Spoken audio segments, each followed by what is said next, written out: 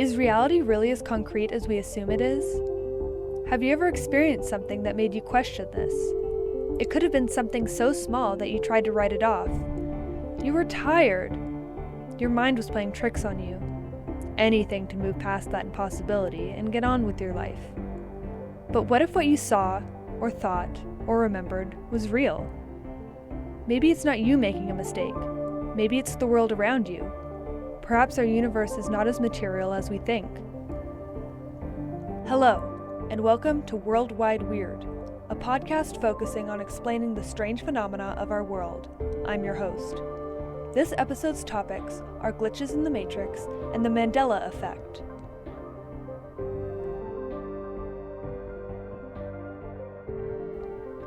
A glitch in the Matrix is a mistake in reality, usually experienced as an impossible occurrence in someone's life where reality seems to be flawed momentarily.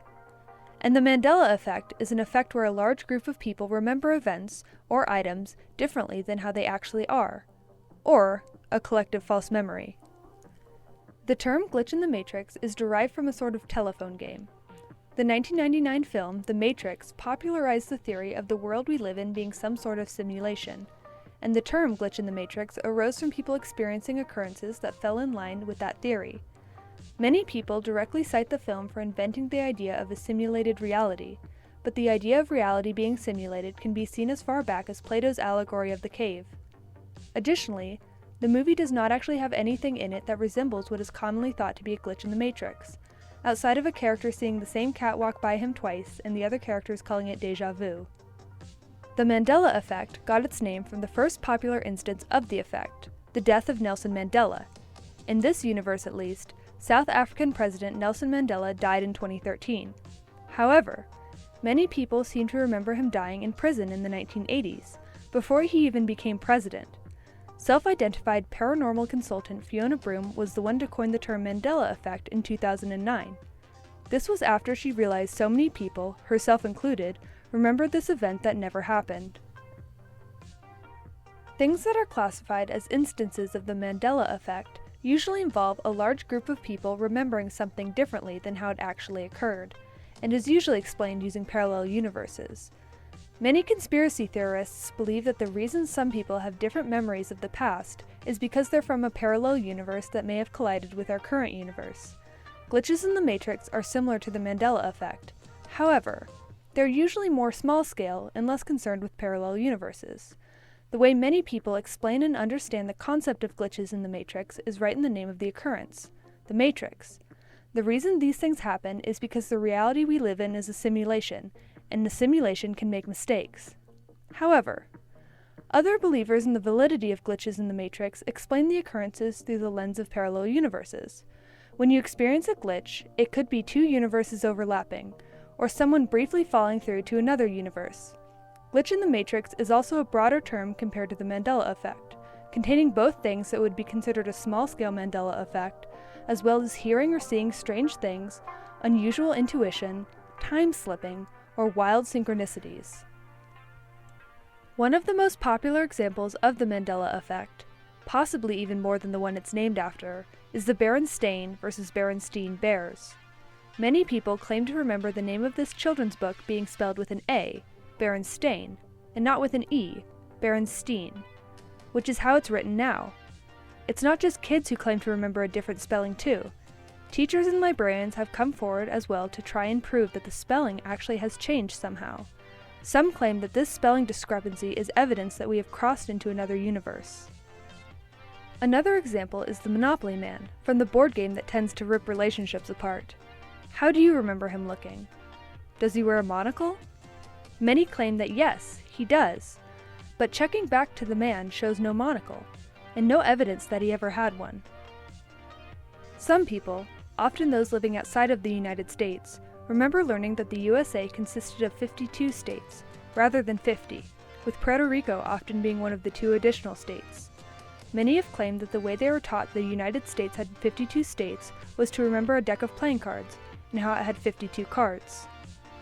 Aside from Nelson Mandela, many more celebrities seem to have died more than once, according to some people. Billy Graham was thought by some to have died back in 2009, rather than in 2018. Other celebrities with contested deaths included Muhammad Ali, Terry Pratchett, and Betty White. While the Mandela Effect has specific examples, glitches in the matrix usually fall into different categories. Here are some of the most popular ones. First up is synchronicity.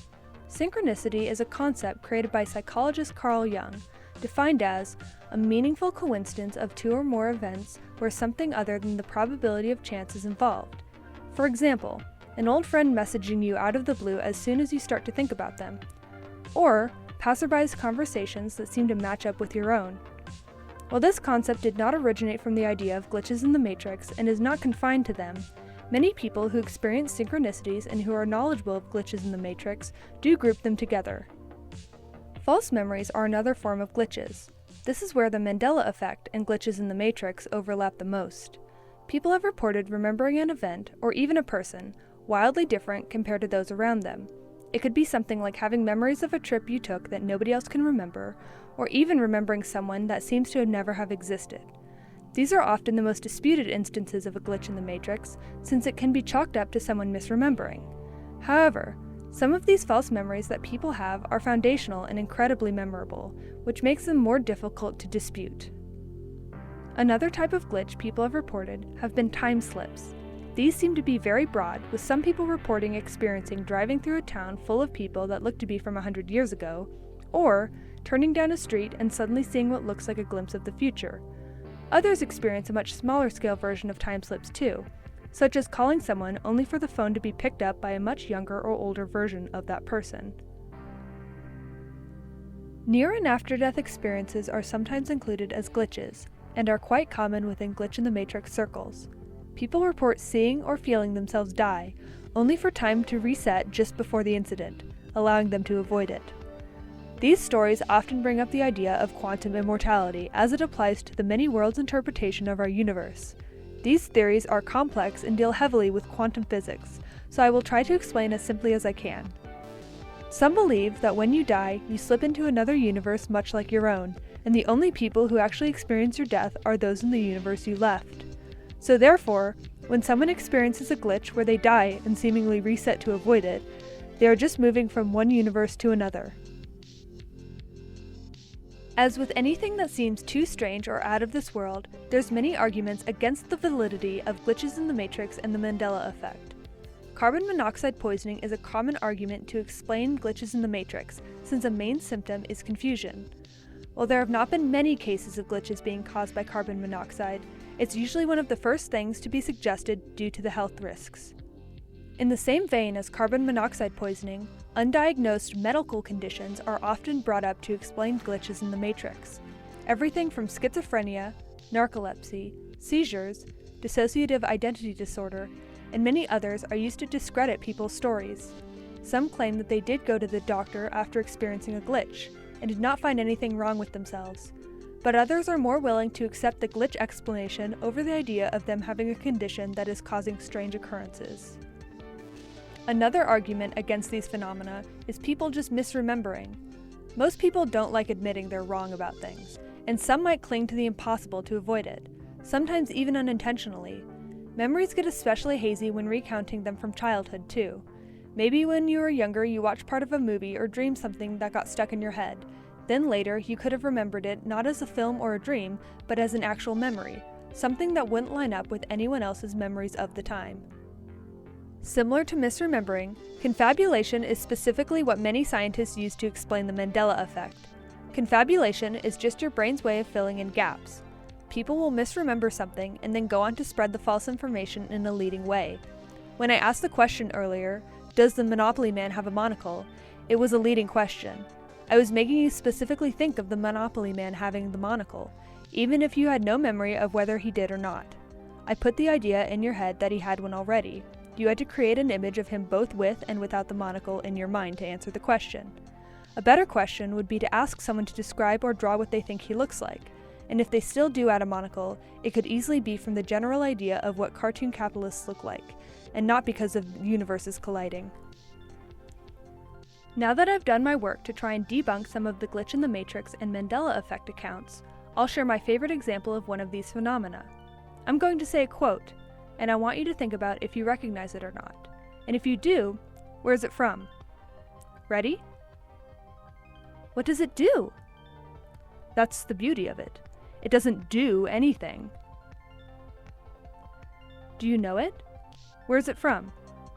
Some say they remember it from movies like Willy Wonka and the Chocolate Factory, or The Big Lebowski, or The Hitchhiker's Guide to the Galaxy. Some suggest shows like The Simpsons or Office Space, but it's not from any of those. That direct quote isn't from anything. The closest examples of it are from Burke's Law, a TV series that ran in 1963, and Apocalyptic Butterflies, a 1987 play. Both are not exact matches. With Burke's Law, it replaces anything with nothing and uses additional filler words. What is it? Well, it's my therapy. I'm still perfecting it. What does it do? Do? What's it for? Well, nothing. I mean, that's the beauty of it.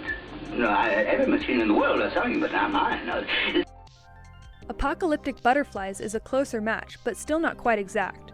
And that still doesn't answer the question of why so many people claim to remember this quote. Those two examples were not widely popular enough to leave a mark on pop culture like this, and many people cite specific other media as the origin of this quote. Perhaps in another universe this quote gets used in a popular movie, and our memories are just a carryover from that. Or we're all just misremembering.